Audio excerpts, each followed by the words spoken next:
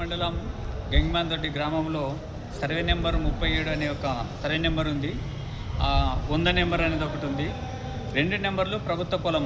దాదాపు అక్కడకు ప్రభుత్వము వాటర్ షెడ్ తరఫున ఒక్కొక్క గుట్టకి 5,000 మొక్కలు కూడా ప్రభుత్వం పెంచింటే గంగిమాందొడ్డి గ్రామానికి చెందిన కొంతమంది వ్యక్తులు ప్రభుత్వ పొలాలని రాత్రి పోయిన ట్రాక్టర్లతో దున్ని అన్ని విధాలుగా చేసి వాళ్ళు వ్యవసాయంగా చేసుకుంటున్నారు.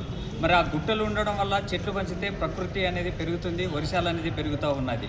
మరి అక్కడ ఉన్న తహసీల్దార్ గారు కూడా ట్రాక్టర్ని తీసుకుపోయి పోలీస్ స్టేషన్లో పెట్టి గ్రామం ప్రజలందరూ కంప్లైంట్ చేయడం వల్ల ఎంఆర్ఓ గారు వచ్చిందేమి పోలీస్ స్టేషన్లో ట్రాక్టర్ పెడితే మరి ఎస్ఐ గారికి చెప్పిందేమి ట్రాక్టర్ని తీసుకొచ్చిందేమి విడిపించినాడు.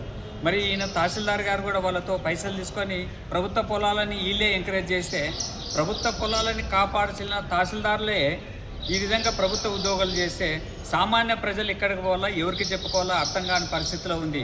మరి ఆసియా ఖండంలో అత్యరాత్రులు వెనకబడిన ప్రాంతం, అక్కడ వనరులు లేవు, ప్రాజెక్టులు లేవు.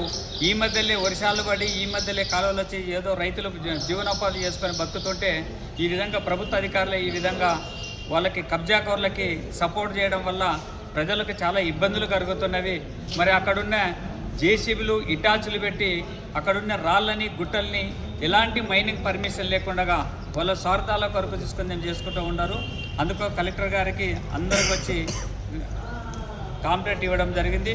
మరి తక్షణమే వాళ్ళ మీద యాక్షన్ తీసుకొని అక్కడున్న జేసీబీలని ట్రాక్టర్లని సీల్ చేసి ఎవరైతే కబ్జకు గురైనారో వాళ్ళ మీద కూడా క్రిమినల్ కేసు చేయాల్సిందిగా బాధ్యత మీ మీడియా మిత్రుల తరఫున మేము ప్రభుత్వాన్ని కోరుతా ఉన్నాం. వెంకటన్న, నరసింహులు, డబ్బా ఈరన్న, కావలి రాముడు, కావలి నరసింహులు, కావలి ఈరన్న. 100 సర్వే నెంబర్లో కావలి బుడ్డ ఈరన్న, కావలి రాముడు, కావలి నరసింహులు, కావలి ఈరన్న అనే వ్యక్తి 100 సర్వే నెంబర్లో.